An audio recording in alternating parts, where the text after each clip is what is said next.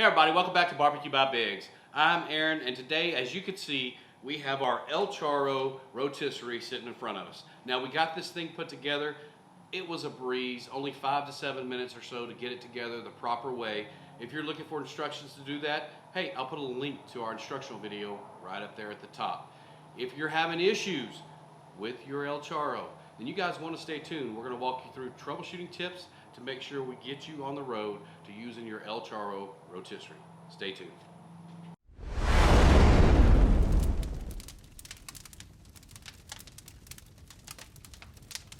All right, so you're at the point we're at. You got it all put together. You go to plug it in, nothing happens. Or it makes a weird noise. So what we're going to do now is kind of run you through some of the troubleshooting tips that we've talked to the guys at the outdoorstore.co about some of the issues that they've seen with these machines. Normally, it's not a failure on the machine part itself, but some of the components that go with the machine may have an issue or might be a quick fix that you can fix yourself. So we're going to bring you in, get you a little closer so you can see what we're doing.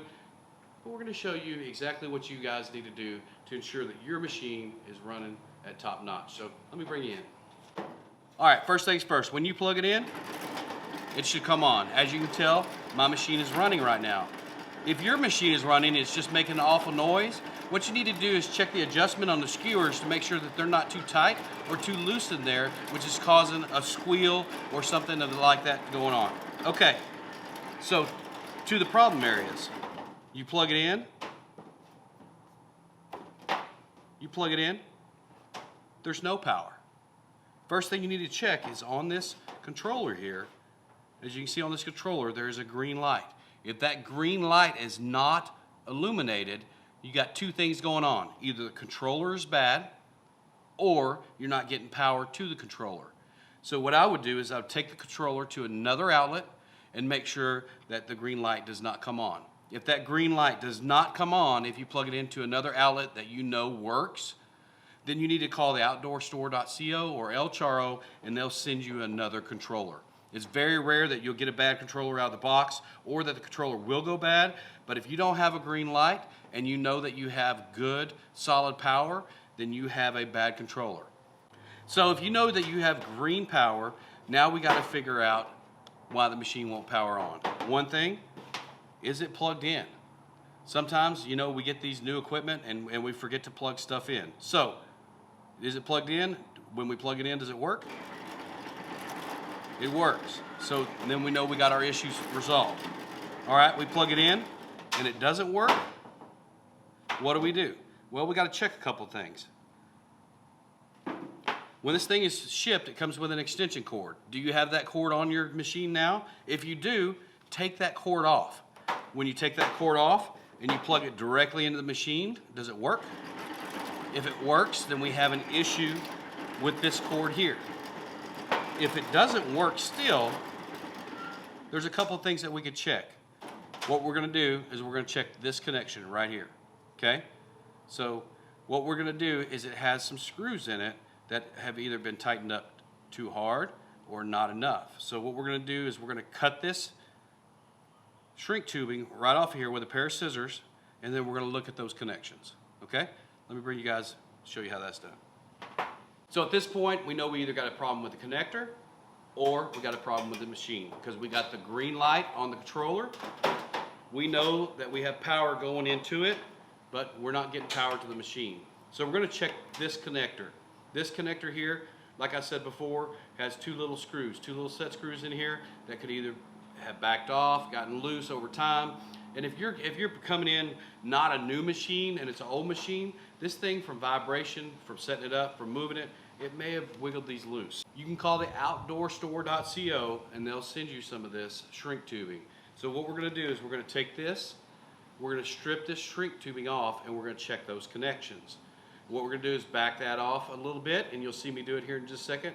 Back it off, make sure it fits in there good, put it back, and then we're going to heat shrink it back up. Now, do I need special tools for this? Well, you are going to need a pair of sharp scissors. You're going to need a small screwdriver, and you're also going to need either a heat shrink gun or a blow dryer. A blow dryer will work, takes a little bit more time, but it will work to put that heat shrink back up there. Now, if you don't want to wait for that heat shrink to get to you, just make sure that it's a dual wall heat shrink. This size here is a 3-to-1 ratio, so it's going to go from that size. It's going to shrink 3 times what that size is. 3-to-1 dual wall to make sure that you got good heat protection. So if you want to go to your local hardware store and pick you some of that up, that's great. You can do that once we find out if that is the issue. But if you just want to call outdoorstore.co or the manufacturer, they'll send you a couple of pieces of this, no charge to you. All right, let me bring you in and show you how to fix it. All right, now again, I did not have this problem with my new machine, but talking to the guys at the outdoorstore.co, seems to be the most thing called about when there is an issue with one of these machines. Now, it doesn't happen very often, but when it does happen, it's usually one of these things. Either we don't have good power when you do plug it in, the outlet is either on a GCFI and pops, or that controller, like we said before, isn't green, so the controller sometimes ships bad. It has a resistor in there that'll end up going bad. The last thing to look at is these connections. Now, you know, it's really easy to do. Like I said, this is not one that I'm having issues with, but what I'm going to do is I'm going to strip this off and I'm going to show you kind of what those issues are. So you just take your pair of scissors here, get underneath that, cut it, and we're just going to cut that heat shrink tube right off of that connector. Really nothing to it. We'll take it and strip that back. All right. Now, like we were talking about before, you can see right in there. Hopefully you can see that. Let me bring it over here to this other camera so I make sure. There are 2 screws right there. 2 screws. Now, they do say plus or minus, but like any other motor, it really doesn't matter which direction it is. It's just going to spin in the opposite way to begin with. And because this spins several different opposite ways, it really doesn't matter. But what I'm going to show you is I'm going to take my screwdriver and I'm going to back one of these off where it doesn't have good connection. So we're just going to take this and I'm just going to back one of these off where it doesn't have good connection.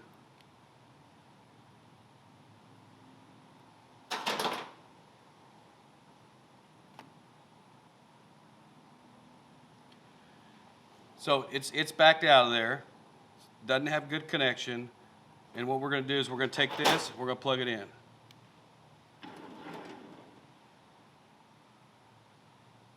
And then I move the connection around, it works, it doesn't work. So we know at that point, even with that heat shrink tube still on there, that if you can move that connection around and you're getting continuity through there and the machine is working, then you probably have an issue with this plug. If this plug works directly in the machine, but that extension cord doesn't work, these have the same connections on them, so you probably have an issue at these connectors. Now, if you move it back and forth and it still doesn't work, doesn't mean it's not having issues in here. It might have tightened way past it and cut it off. So you can still, if you're having issues with the extension cord or with the main plug, make sure to strip this off, this heat tubing off. And again, you can call the outdoorstore.co or you can call the manufacturer and they'll send you a few pieces of this. This you can pick up at Home Depot or Lowe's. It's just a 3-to-1 dual wall heat shrink tubing. If you look here how it's pressed tight, we're going to put that back in there. And what I would suggest doing is if you're getting a bad connection here, take both of these out, and that's what we're going to do. We're going to take this screwdriver, and we're going to take the other one off. So now we got both of them out of there. Both of them are removed. So we're just going to make sure we got a good twist on them. We're going to go back in. If you look at the end there, they just slide into those slots. And we're just going to go back in, making sure all of it goes into those slots.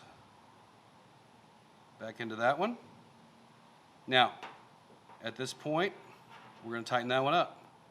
And when we tighten it, when we get it snug, we're going to go about quarter of a turn after it's snug, and that's all we're gonna do.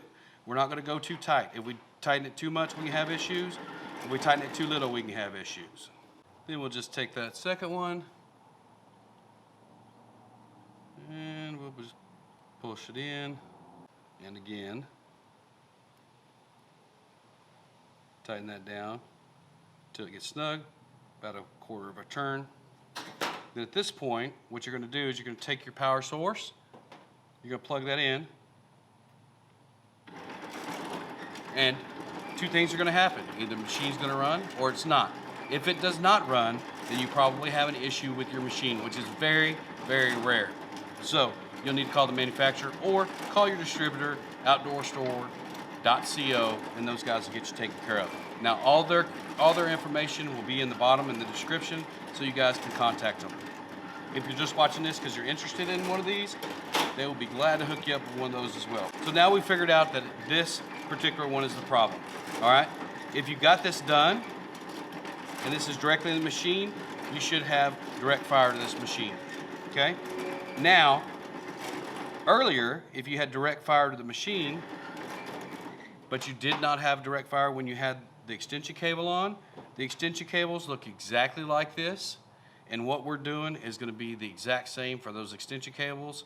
So just go do both ends of that extension cable and you won't have any issues. We're not going to do those here. We've already got those taken care of. So we're going to take this and then we're just going to cut our heat shrink tubing to come back to about where the other one was, and then we're going to get that heat shrinked up just so you can see how it's done. All right, so we got our repaired end. We're going to take this heat shrink tubing. We're just going to slide it over the end here. We're going to have it to where it barely comes out, just about right there. We got a heat gun here. You can use a hair dryer, but we're going to just turn ours on and get that heat shrinked up right quick.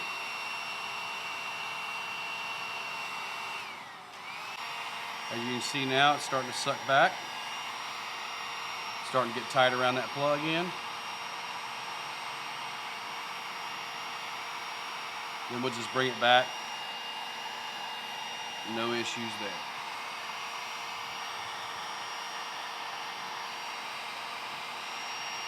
You want to keep it about that far away from it. Any closer, you'll start getting some melt. You don't want that to happen. Once you got good, solid adhesion there, you'll start to see some of the wrinkles in the plug. You'll start to see the outline of that plug issue that you were having. Once that's done, you want to let that cool off, and you'll be ready to go. Mind you, that is very, very hot at this point. Don't grab it with your bare hands. All right, we're all repaired. As you can see, the repair turns out great. Again, that's that 3-to-1 dual wall. Does a good job of a repair. So we got our cord. We went ahead and as a preventative measure, went ahead and did that as well. When they do send you these, I would recommend, if you were having problem with the main cord, to go ahead and do those. If you were having problems with those, go ahead and do that main cord. That way you don't have any problems in the future. Go ahead and make that repair. Looks brand new. Looks like it just came out of the box.